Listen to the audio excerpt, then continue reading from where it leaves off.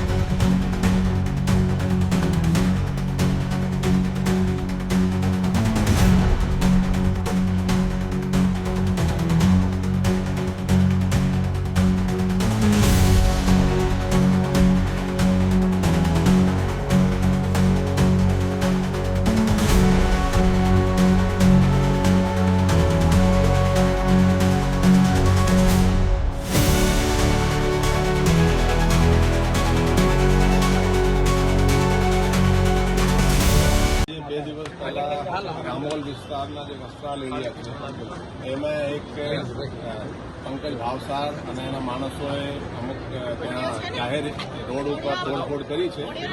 આજે પંકજ ભાવસાર છે હમણાં જ પાસામાં એનો પાસામાં જઈ આવ્યા છે અને સામેવાળા જે સંગ્રામ છે એ પણ પાસામાં જઈ આવ્યા છે. એ લોકોએ જાહેરમાં જે બળા એ ફેલાવવાની કોશિશ કરી છે એની અમે બહુ ગંભીર નોંધ લીધી છે અને પોલીસ ખૂબ જ કડક કાર્યવાહી એમને કરી રહી છે. અત્યાર સુધી 14 આરોપીઓ આપણે પકડી લીધા છે. એમાં એક જુવેનાઇલ છે અને 13 બીજા આરોપીઓ છે. 13 આરોપીઓ છે અત્યારે 4 દિવસની રિમાન્ડ ઉપર છે અને એ લોકોએ જે ગેરકાયદેસર જે અહીંયા જે બાંધકામ કર્યા છે એ કોર્પોરેશન એને ડિમોલિશ પણ કરી રહી છે અને આપણે પોલીસ બંદોબસ્ત આ અંગે આપેલા છે. અને હું કહેવા માંગુ છું કે જે આ રીતેના જે શરારતી તત્વો કંઈ આ રીતે કૃત્ય કરશે, જો જાહેર રોડ ઉપર અને આ રીતેના જે ભય ફેલાવશે, પોલીસ એને બહુ કડક રીતે એ લોકો વિરુદ્ધ કાર્યવાહી કરશે.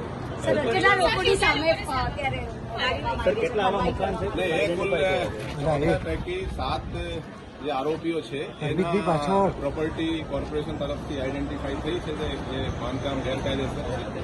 એ લોકો વિરુદ્ધ 7 જે છે એ લોકો વિરુદ્ધ કોર્પોરેશન તરફથી કાર્યવાહી આ તોડની જે ગેરકાયદેસર બાંધકામ છે કરવામાં આવી રહી છે.